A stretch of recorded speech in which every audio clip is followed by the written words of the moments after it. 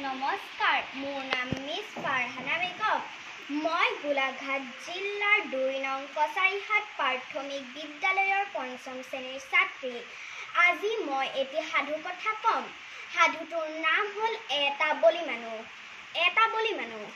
এখন ৰাজ্যত এটা বৰ ডাঙৰ হাতী আৰু এটা বাঘ আছিল।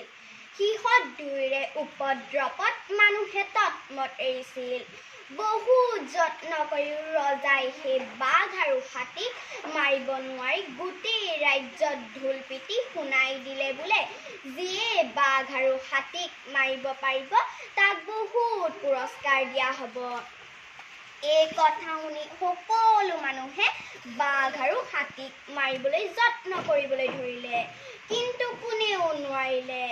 দৈবাত এদিন এটা মানুহে মনৰ দুখত বিহ খাই মৰোগৈ বুলি কিছুমান পিঠাগুড়িৰ লগত বিহ সানি লৈ সেই ৰাজ্যৰ ফালে যাওঁতে এজোপা গছৰ তলত থৈ টোপোলাটো ওচৰৰ নৈ এখনলৈ পানী খাবলৈ গৈছিল।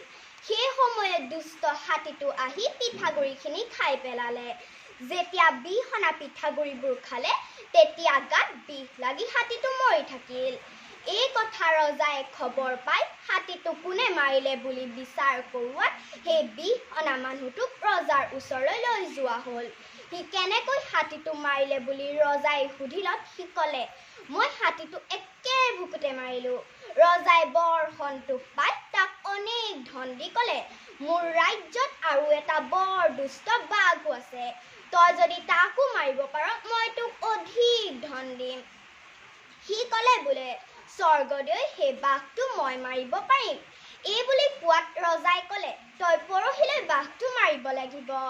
মানুহটোৱে সলাগি আহি তাৰ থকা ঠাই পাই চিন্তা কৰিবলৈ ধৰিলে সি কেনেকৈ সেই বাঘটো মাৰিব পাৰিব।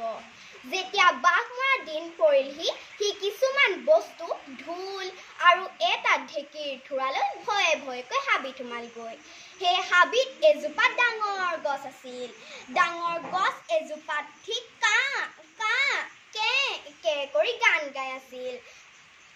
তাকেই শুনি চৰাইবিলাকে পাতে পৰি চিঞৰি আছিল।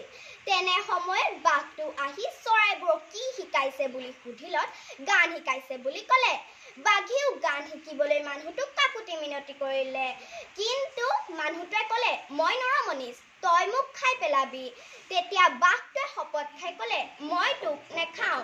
মানুহটোৱে গছৰ পৰা নামি আহি তেতিয়া বাঘটোক গান শিকাবলৈ আহিল। নামি আহি সি বাঘৰ 4 ঠেং বান্ধি পেলাই ঢেঁকীৰ থোৰাটোৱে মাৰিবলৈ ধৰিলে। ফলত বাঘটো মৰি থাকিল। মৰা বাঘটো ৰজাক দিলত ৰজাই বৰ সন্তোষ পালে। মানুহটোৱে নানা ধৰণে পুৰস্কৃত কৰিলে। এতেকে বলেৰে নোৱাৰা কাম বুদ্ধিৰে কৰিব পাৰি। মোৰ সাধু কথাটো ইমানতে শেষ হ'ল। ধন্যবাদ।